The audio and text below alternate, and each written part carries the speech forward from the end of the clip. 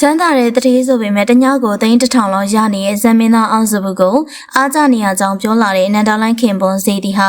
ပရိသတ်များအားလုံးမင်္ဂလာပါရှင်။ Agris Diary ကနေပြန်လည်ကြိုဆိုလိုက်ပါရစေ။ဒီနေ့မှာတော့ပရိသတ်တွေကြားမှာအင်အောစရာရောရဲစရာပါဖြစ်နေတဲ့သတင်းတစ်ပုဒ်ကိုတင်ဆက်ပေးခြင်းပါတယ်။အခုဆိုရင်တော့မြန်မာနိုင်ငံရဲ့ထိပ်တန်းစီးပွားရေးလုပ်ငန်းရှင်ကြီးဦးစီတီဟာတယောက်ဇာတ်ပင်လောကရဲ့ဘယင်တဆူဖြစ်နေတဲ့မင်းသားအောင်စဘူးကိုအားကြမိရဲဆိုပြီးတော့လူသိရှင်ကြားအဝင်ခံပြောကြားလိုက်ပါတယ်။ဒီနေရာမှာမေးစရာရှိတာကဦးစီတီဟာလိုပိုင်ဆိုင်မှုဒေါ်လာတန်းချီရှိတဲ့တထေးကြီးတယောက်ကဘာကြောင့်ဇမင်းသားတယောက်ကိုအားကြရတာလဲ။အဖြေကတော့အောင်စဘူးရဲ့မယုံနိုင်စရာဝင်ငွေနဲ့လူမှုဘဝကြောင့်ပါပဲ။လက်ရှိချိန်မှာအောင်စဘူးဆိုတာဇာတ်ပင်လောကမှာပြိုင်ပတ်ကင်းဝင်ငွေအကောင်ဆုံးမင်းသားဖြစ်ပါတယ်။တရင်ရက်ွက်တွေရဲ့အဆိုအရသူ့ရဲ့တညတာဝင်ငွေ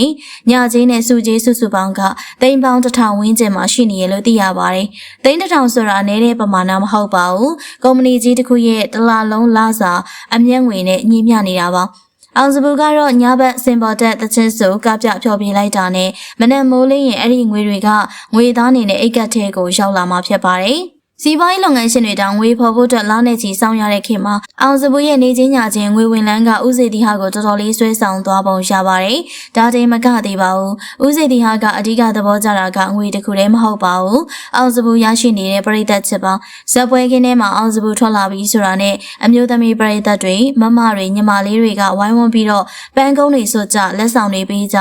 ပါးတွေနမ်းပြီးတော့အပွားပေးကြနဲ့တကယ်ကိုစောကြည့်ပဲဘယင်တပားလို့ဆက်ဆံခံနေရပါတယ်။ဦးစိတ်တီဟာကအောင်စဘူးတို့ကတော့ရှယ်ပဲငွေလေးရကောင်းမလေးတွေကလည်းဝိုင်းချစ်အဘွားတွေလည်းပေးငါတောင်စီးပွားရေးမလုပ်ပဲဇက်ထောင်ရင်ကောင်းမလားဆိုပြီးတော့ဟာသားလို့ပြောဆိုနေကြတာဖြစ်ပါတယ်စဉ်းစားကြည့်ရင်တော့ဒါဟာစိတ်ဝင်စားစရာနှိုင်းယှဉ်မှုပါပဲဦးစိတ်တီဟာမှာစီးစိမ်တွေရှိပေမဲ့စီးပွားရေးသမားဘဝဆိုတာစိတ်ဖိစီးမှုတွေများပါတယ်အောင်စဘူးကြတော့ပင်ပန်းပေမဲ့စင်ပေါ်ရောက်တာနဲ့လက်ခုပ်တန်တွေအားပေးတန်တွေအချစ်တွေနဲ့လမ်းဆန်းနေတာပါငွေချင်းတူရင်တောင်နေထိုင်မှုပုံစံမှာအောင်စဘူးကပို့ပြီးတော့ပျော်စရာကောင်းတဲ့လူဖြစ်ရကြုံနဲ့နေသလားဆိုတာဦးစိတ်တီဟာကတွေးမိနေပုံပါပဲတကယ်တော့အောင်စဘူးရဲ့အောင်မြင်မှုကလွယ်လည်ရခဲ့တာမဟုတ်ပါဘူးသူဟာယဉ်ကျေးမှုတက္ကသိုလ်ကနေဘွဲ့ရထားတဲ့ပညာတတ်မင်းသားဖြစ်တယ်လို့စင်ပေါ်မှာပြည်သက်ကိုဖျော်ဖြေဖို့အတွက်အစွမ်းကုန်စူးစမ်းအားထုတ်ထားရတဲ့သူပါဒါကြောင့်လေသူရဲ့ဇက်ပွဲတိုင်းဟာလက်မှတ်မလောက်အောင်ကိုရောင်းရပြီးတော့တထေးကြီးတွေကိုယ်တိုင်တောင်မှအားကြရတဲ့အဆင့်ကိုရောက်နေတာဖြစ်ပါတယ်ဒီနေရာမှာထပ်ဖြည့်ပြောချင်တာက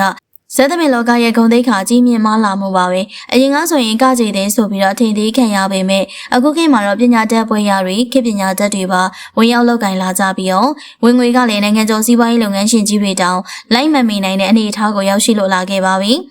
ဦးစိတ်တီဟာရဲ့စကားကနောက်ပြောင်တာဖြစ်နိုင်ပေမဲ့တစ်ဖက်မှာတော့ဇာတ်ပင်လောကရဲ့ဈေးကွက်တန်ဖိုးဘလောက်ကြီးမားသွားလဲဆိုတာကိုသက်သေပြလိုက်တာပါပဲပရိသတ်တွေကတော့အစားနောက်နေကြတာပေါ့ဦးစိတ်တီဟာသာတကယ်ဇမင်းသားလုပ်မယ်ဆိုရင်တော့ဇနီးတဲ့နန္ဒာလိုင်တယောက်ဘေးကနေရက်ခတ်ပြီးစောင့်ပေးနေရတော့မယ်မဟုတ်ရင်စင်ရှိကကောင်မလေးတွေနဲ့အဆင်မပြေဖြစ်မှာစိုးရတယ်ဆိုပြီးပြောဆိုနေကြပါတယ်ဘာပဲဖြစ်ဖြစ်ငွေကြေးချမ်းသာမှုချင်းတူရင်တောင်မှပရိသတ်ရဲ့ချစ်ကိုလက်ငင်းရရှိတဲ့ခံစားမှုကတော့အောင်စဘူးတို့လိုမင်းသားတွေသာပိုင်ဆိုင်နေတဲ့အထူးအခွင့်အရေးတစ်ခုပါပဲ